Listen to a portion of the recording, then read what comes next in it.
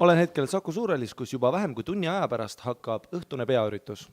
Ja praegu olen 3D treeningu garderoobis, kus Kaiko Kell seob parajasti käsi ja küsime talt mõned küsimused. Kaiko, esimene õhtune peaüritus, kuidas läheb? Siiamaani läheb väga hästi. Ootan juba palavikuliselt, et saaks puuri. Sa oled MMA-ga tegelenud umbes 4 aastat, et see on tegelikult amatöörkarjääriks päris pikk aeg, kuid kas sa ootasid, et see õhtune peaüritus tuleb nüüd või sa arvasid, et pigem hiljem?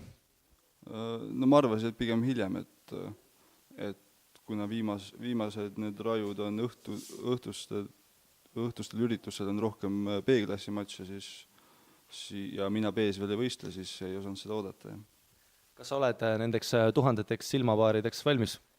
No ma ei mõtle nendele silmapaaridele siis, kui ma seal sees olen. Kas sul on ka mänguplaan välja mõeldud oma vastase Ranno Lauri vastu? Jah. Igas distantsis olen valmis temaga tegema. Aga soovin sulle head matši ja ära siis närvimine.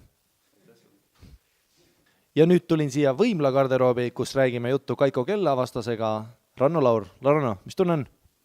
Praegult on väga huvitav olla, põnevil, mis sees ootab. Et see matš kuulutati välja vähem kui nädal aega enne Raju 13 toimumist, et kas see tuli sulle üllatusena ka? Absoluutselt, et alguses ei teadnudki, mis öelda, aga muidugi võtsin vastu ja iga päev ei saa Raju õhtuse ürituse matši. Kas sa veidike närveerid ka, et nii palju silmapaari jälgivad sinu sooritust?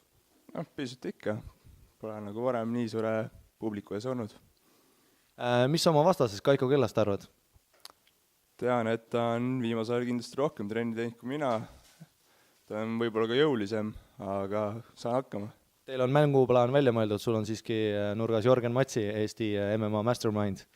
Jah, selles suhtes ilma nurgameeskonnata võib väga raskeks minna, aga Jorgen on olemas, et kindlasti aitab mind välja, kui ma hädasse satun. Aga Ranno, kivikott ja nukid. Päev.